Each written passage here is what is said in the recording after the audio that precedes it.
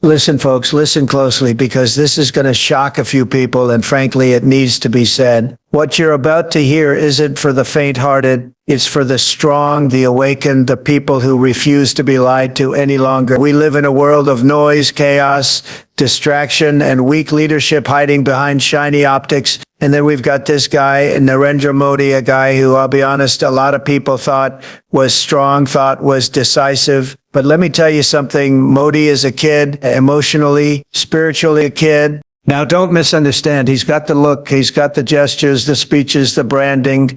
But the problem is it's all surface, it's emotional theater, the theatrics for the crowd.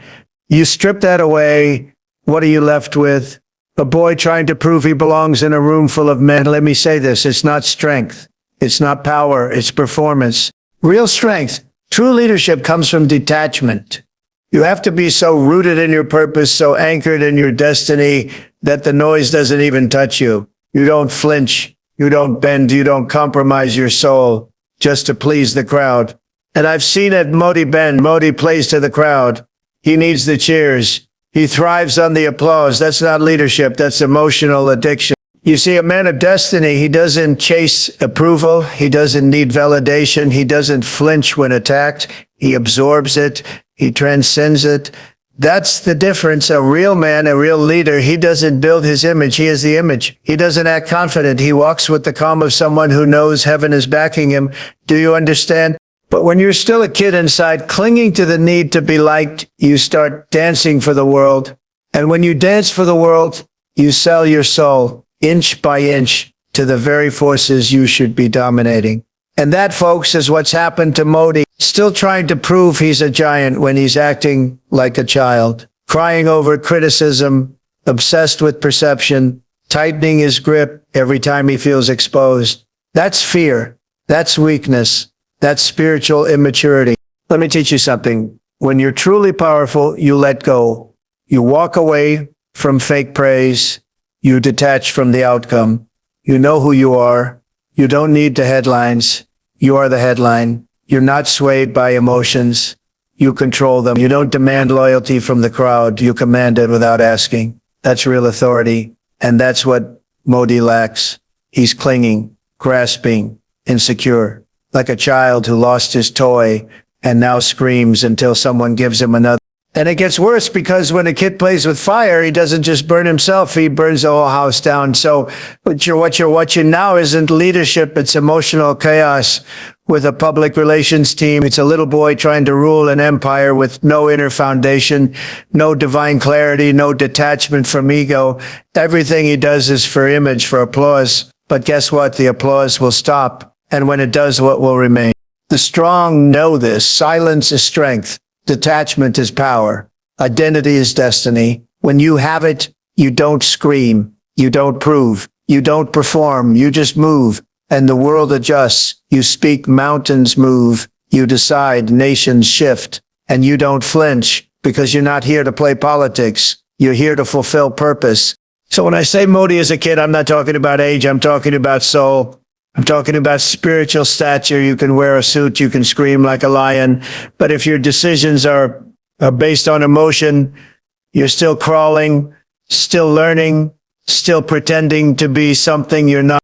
Let's be very clear. This world doesn't need more children in power. It needs warriors, prophets, unshakable men and women who don't care if the world approves because they're sent by something greater than the world. That's the standard. That's the calling, that's the energy, and until people rise into that, they'll keep following the kids who scream the loudest while the real kings walk in silence and change the world. A man who chases validation is still a child in a men's clothing. You can dress him up in a tailored suit, hand him a podium, surround him with cameras and flashing lights. But if deep inside he needs the world to clap before he feels worthy, then he's still crawling spiritually. He hasn't grown. He hasn't conquered himself. Because the moment you depend on validation from others, you've handed them the keys to your soul. You're not leading, you're performing, and performance is for actors, not leaders. Validation is the addiction of the insecure, and it doesn't matter how loud you speak or how strong you pretend to be. If your soul still craves external approval, you're operating from lack, not fullness, from fear, not clarity. Look at children, they draw a picture and immediately run to their parents asking, do you like it? That's fine for a child, that's innocence. But when a man governs nations or stands before millions and still asks that same silent question, do you like me? He's still that child. And the danger is he won't make decisions based on truth or purpose. He'll make them based on applause. He'll compromise integrity for image. He'll choose popularity over righteousness. He'll betray principle for praise because he doesn't know who he is without the crowd telling him. And when the crowd turns on him, when they boo instead of cheer, he collapses. He gets angry, defensive. He lashes out because he built his identity on sand, not stone. You see, real strength doesn't need to be seen. Real confidence doesn't beg for recognition. The grown man, one who has conquered his ego, moves with certainty whether he's surrounded by a crowd or standing alone in silence.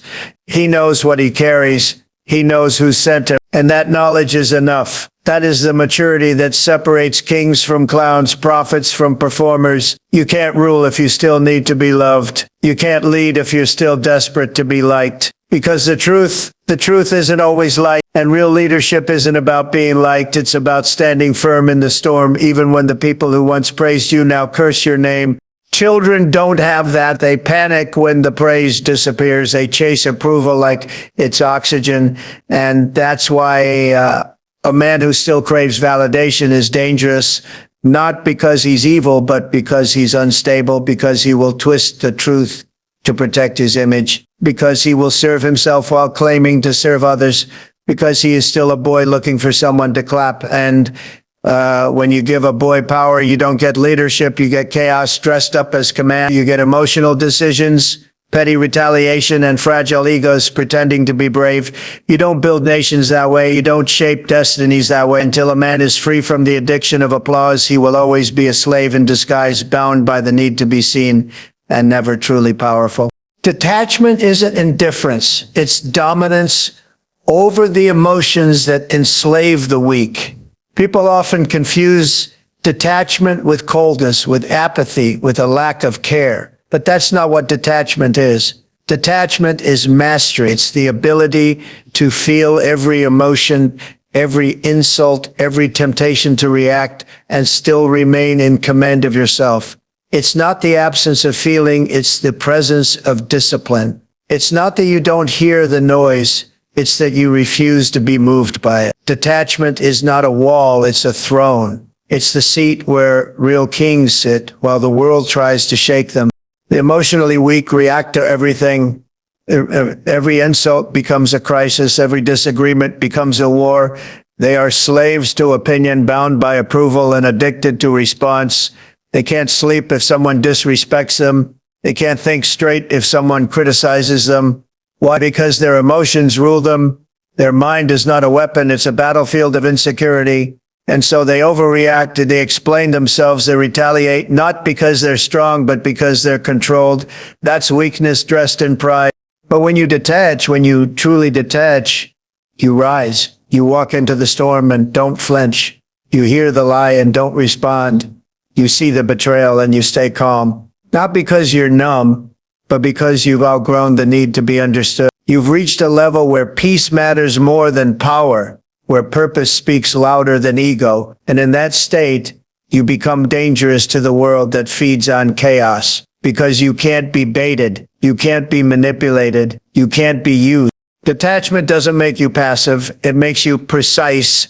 It gives you the clarity to see through people, through games, through the illusions they try to trap you in. You don't jump at every invitation to argue. You don't explain yourself to people who are committed to misunderstanding you. You move in silence. You speak when necessary. You act with intent. That's not indifference, that's power. And that kind of power intimidates the emotional, because it reveals their lack of control. It exposes how easily they are shaken, how quickly they lose themselves, how loudly they scream to feel heard. The detached man doesn't scream, he decides. He doesn't beg. He builds. He doesn't defend his value, he knows it. And that's what makes him unshakable. You can mock him, and he won't flinch. You can threaten him, and he won't fold. because he's not here for reaction. He's here for legacy. And legacy isn't built by emotion. It's built by vision, discipline, and spiritual grounding. So no, detachment isn't apathy. It's victory. Victory over your lower self. Victory over the need to be right, the need to be loud, the need to win. Detachment says, I know who I am, and I don't need your noise to confirm it. That is dominance, not over others, but over the only enemy that ever mattered, yourself. True leaders don't need applause to confirm their greatness. They walk in a truth that's deeper than noise, stronger than opinion, and bigger than the crowd. The moment a man needs people to clap before he believes in himself, he's already lost the battle for his own soul. Because real leadership isn't about being celebrated, it's about being rooted. It's about carrying a fire inside so steady, so unshakable that no amount of praise can lift you too high and no amount of hate can drag you too low. A true leader doesn't rise and fall with the cheers of the crowd. He rises and falls with the weight of his calling. The applause of men is temporary. It's fragile. One minute they praise you, the next they're tearing you apart. If your identity is tied to that applause, you become their prisoner. You move not from vision, but from reaction. You start making decisions not because they're right, but because they're popular. And once you start doing that, you stop leading and start pandering. That's not greatness. That's performance. And performance fades. Real greatness, however, is eternal. It comes from a source no man can touch. A true leader understands that applause is a side effect, not a purpose.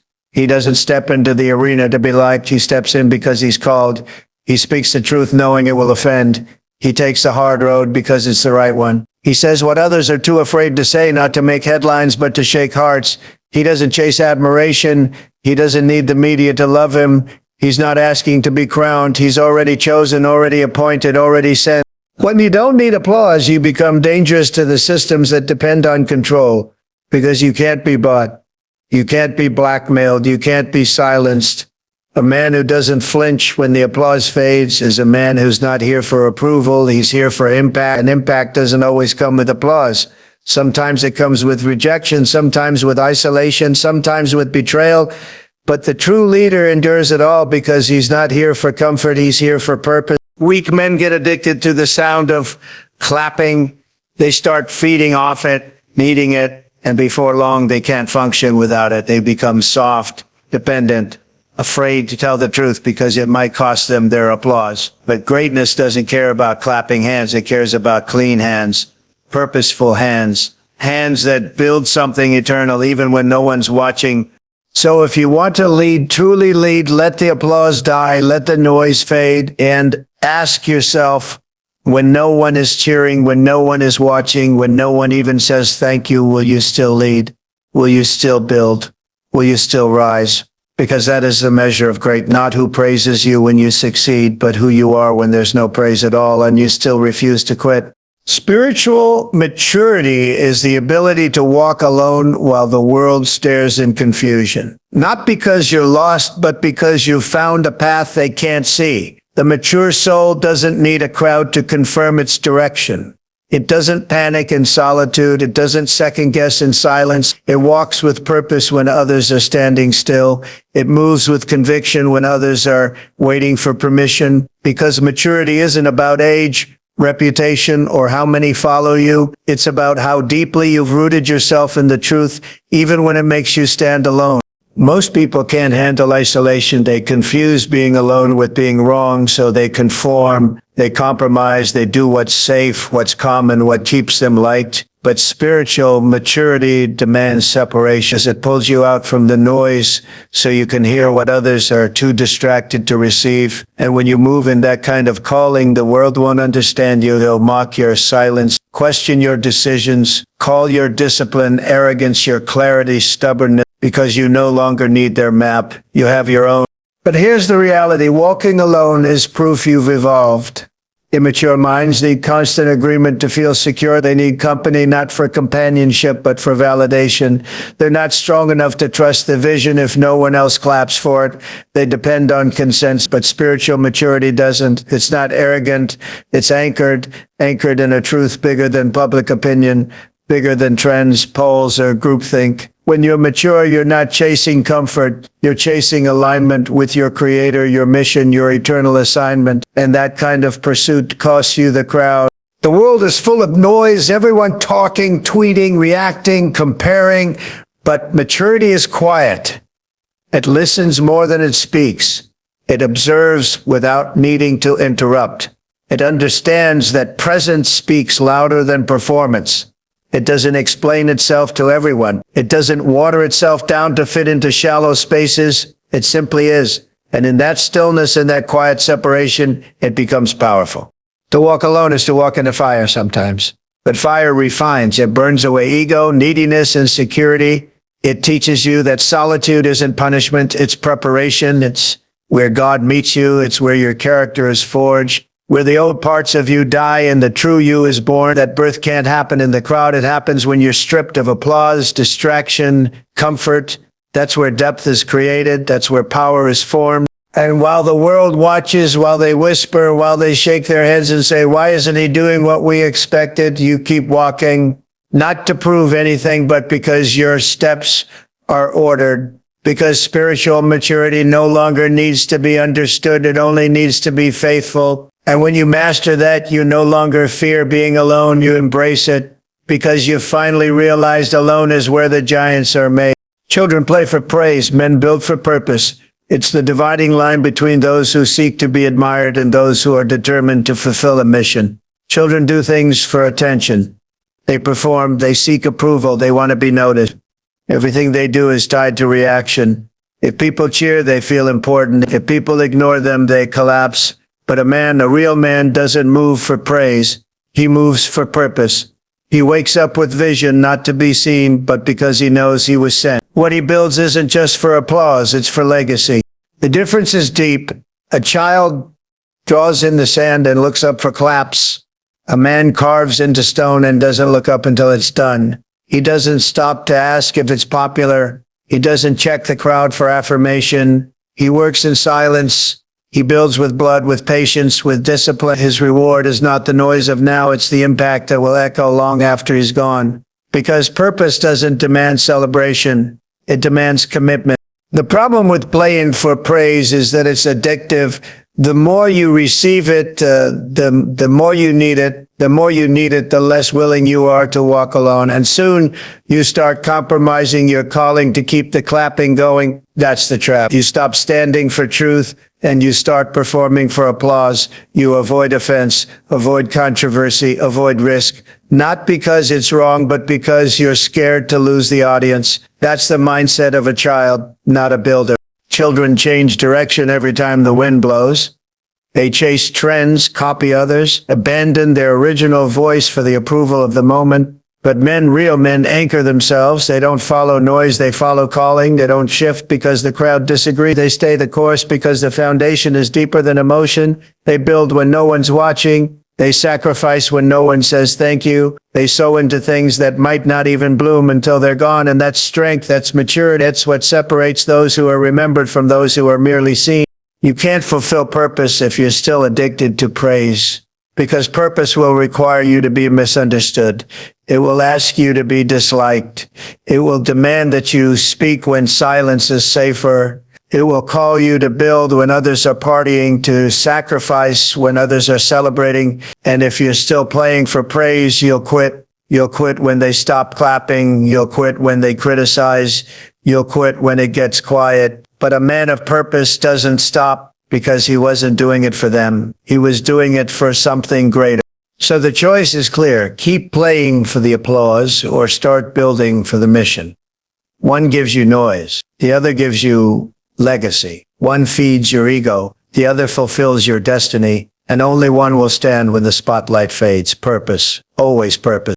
A man who must constantly prove himself has not yet discovered who he is. He's still searching for identity in the eyes of others, still building his worth on reactions, still depending on applause to confirm that he matters. When a man is unsure of himself, every move becomes a performance. Every success becomes a trophy he must show off.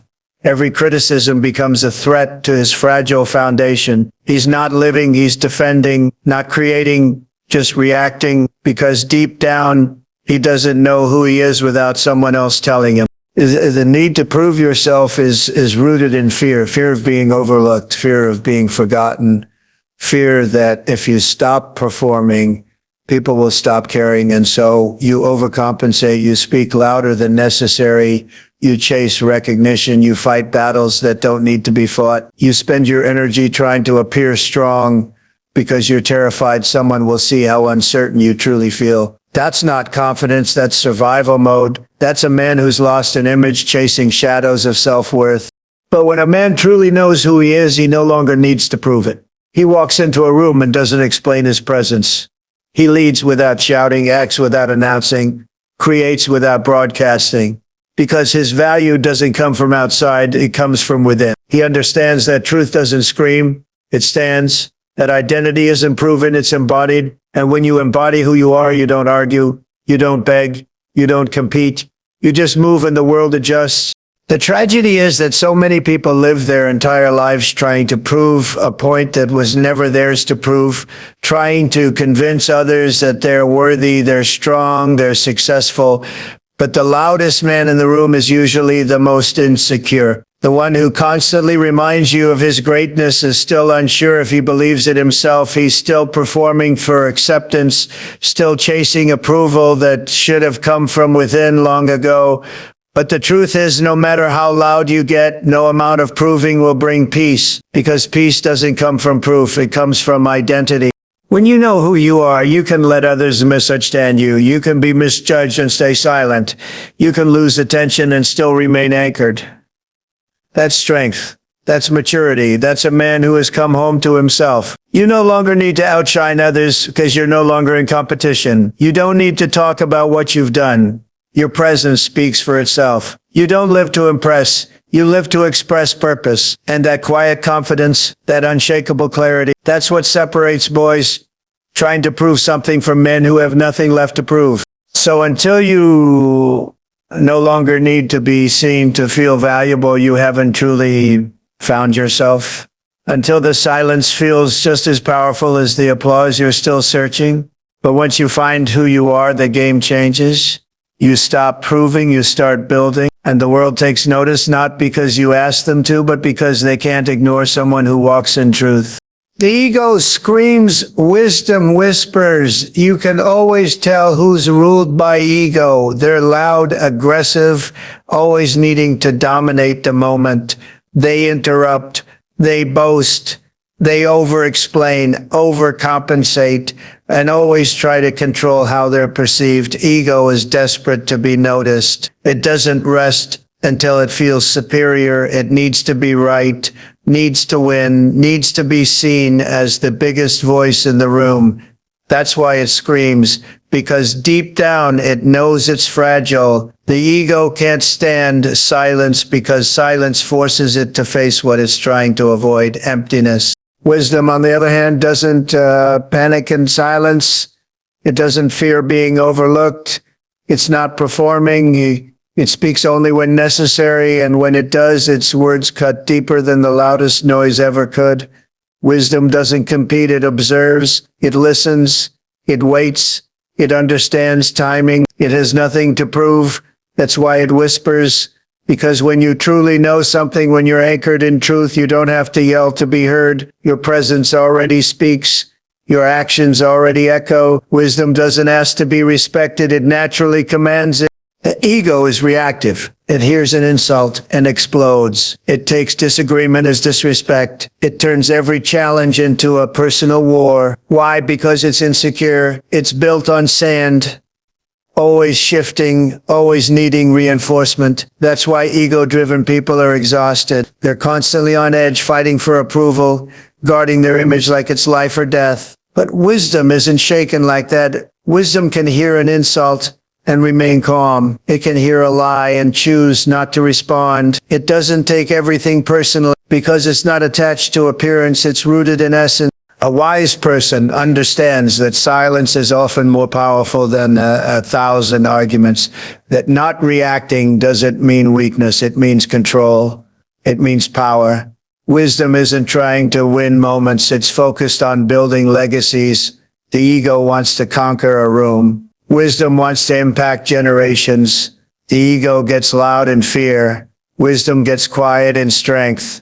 The most dangerous man in the room is never the one shouting. It's the one watching, thinking, calculating, the one who doesn't need to say much because his confidence is internal, not performative. That's the power of wisdom. It's deep, silent, immovable. It's not interested in applause. It's interested in truth. It's not interested in dominance. It's interested in destiny. You can't manipulate it, can't provoke it, can't shake it with noise. It knows what matters and what doesn't. And that clarity makes it undefeatable. If you want to grow, don't just silence the noise around you, silence the noise within you. Learn to let the ego scream and pass by unnoticed. Let it fight, let it panic, let it crave attention. But you stay grounded, stay still. Let wisdom rise. Let purpose guide your words. Let clarity decide your timing. Because in a world full of screaming egos, the whisper of wisdom will always be the loudest sound in the room. You don't need to react to every insult when you stand on unshakable identity. The moment you know who you are, truly know, it changes everything. You stop feeling the urge to defend, explain, or retaliate. Because insults only sting when there's a wound they can touch. But when you're whole, when you're centered in truth, nothing thrown at you can stick. The loudest voices, the sharpest words, the most public attacks, they bounce off a man who is rooted. And it's not because he doesn't hear them. It's because he doesn't need to respond to validate his existence. People who are insecure react quickly. They rush to fight back, to clear their name, to prove a point. Not because they're strong, but because they're unstable. They can't bear the idea that someone thinks less of them. Their value is tied to perception. So if someone insults them but disagrees or mocks them, their sense of self wavers. That's when they become emotional, reactive, desperate to fix the image they think is being tarnished. But that's not strength. That's weakness covered in noise. A secure man doesn't flinch, not because he's passive, but because he's grounded. He doesn't ignore insults out of fear. He overlooks them out of power. He knows his identity wasn't built by the opinions of others, so it can't be broken by them either. You don't need to fight every battle when you've already won the war within. And when that war is over, when you've made peace with who you are, you no longer need everyone to understand or agree. You no longer seek revenge. You seek alignment. You protect your energy. You value your silence more than proving anything. Some people insult just to provoke, to get a rise, to see if you'll lose your peace. And if you do, they win, not because their insult was true, but because you gave it power. But when you don't react, when you stay calm, they lose control. You expose their weakness by refusing to leave your strength. It's one of the greatest forms of discipline, the ability to hear an attack and choose not to respond, not because you're ignoring it, but because it's beneath you. You've outgrown the need to argue. You're too focused on your mission to stop for every barking voice along the way. Unshakable identity is quiet, solid, and movable. It doesn't seek validation, doesn't need defense. It simply exists calmly, boldly, confidently. When you operate from that level, people's opinions stop becoming threats, insults become noise, and you remain centered, focused, purposeful. That's how real strength looks, not in shouting, not in clapping back, but in unwavering stillness. So don't waste your breath proving who you are. Be who you are. Let your life speak. Let your actions echo. Let every insult fall powerless at your feet, because a man who knows his identity has already won long before anyone tries to tear him down.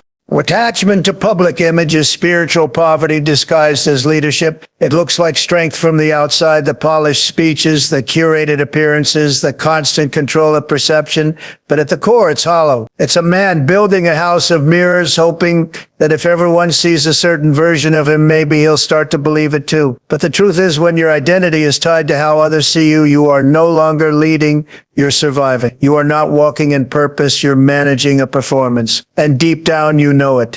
A man who is attached to his image becomes a slave to his reputation.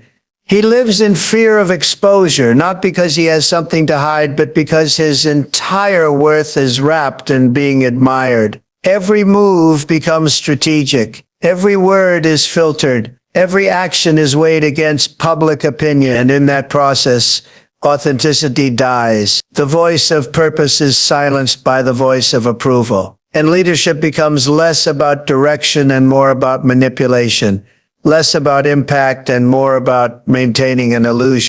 This attachment is spiritual poverty because it disconnects you from your source. When you care more about image than integrity, more about applause than alignment, you drift from the core of who you were created to be. You trade your soul for spotlight, your truth for trend, and it's exhausting because no matter how much praise you collect, it's never enough to fill what's empty inside. You end up feeding an image you don't even believe in, hoping that if others worship it, you'll feel whole. But you don't. You just get more addicted to being seen and more terrified of being forgotten. Real leadership doesn't come from being admired. It comes from being anchored in truth, not perception, anchored in calling, not applause. The leader who is free from attachment to public image is dangerous in the best way. He can speak truth when it's unpopular. He can take risks others won't. He can walk away from fake praise and stand firm in real conviction. He's not worried about being liked. He's worried about being aligned. That kind of leader doesn't shift with public opinion. He doesn't sell out his vision to protect his vanity. He stands when others bow. He moves when others freeze. He acts not for approval, but from revelation. When you let go of image, you step into identity. You stop performing and start transforming. You stop entertaining the crowd and start influencing the culture. And the irony is, the more authentic you become, the more powerfully you lead. Not because you're perfect, but because you're real. Because people don't follow perfection, they follow courage. And nothing is more courageous than a leader who refuses to be owned by the eyes watching him, a man who can let the image die and let the truth live. That is wealth, that is freedom, that is spiritual power. When you rise above petty emotion, you become untouchable, not by avoiding conflict, but by outgrowing it. The man who is ruled by emotion is easily manipulated. One insult can throw him off course. One disagreement can distract him for days. His energy is wasted on things that do not matter because his emotional world is louder than his sense of purpose. He reacts before he thinks. He speaks before he listens. He fights battles that should have been walked away from because his ego refuses to stay silent. That is not strength, it's immaturity in disguise.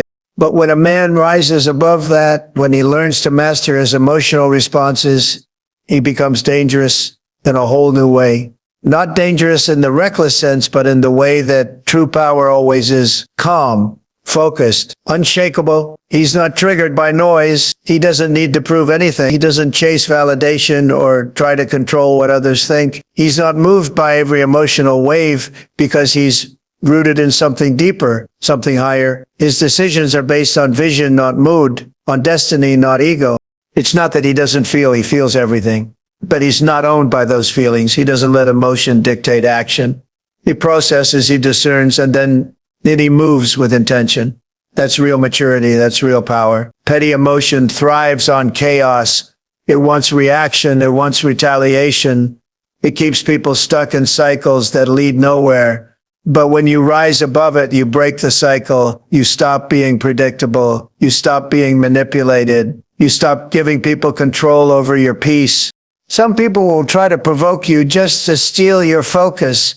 They'll throw insults, rumors, and traps just to get a reaction. But when you don't react, when you don't give them the emotional drama they're hoping for, you frustrate them, you expose their weakness, and more importantly, you preserve your strength. Because every time you respond to something beneath you, you delay what's ahead of you. Every petty conflict is a detour, and a man on assignment doesn't have time for detours. He has too much to build, too much to protect, too much to become. The higher you rise, the more silent you must become. Not silent in conviction, but silent in drama, silent in foolishness, silent in the things that do not deserve your voice. That kind of silence is not weakness. It is strategy. It is wisdom. It is discipline. In that discipline, you become untouchable. People can try to attack your name, but they can't disturb your spirit. They can throw stones, but you won't throw them back. You're building something too important to stop and pick them up. So rise not by shouting louder, but by standing taller, not by clapping back, but by stepping forward. Let emotion knock at your door and choose not to answer. Because when you outgrow the petty can no longer reach you. And that is when you become truly untouchable. And so the message is clear. We're not here to react, to prove, to impress.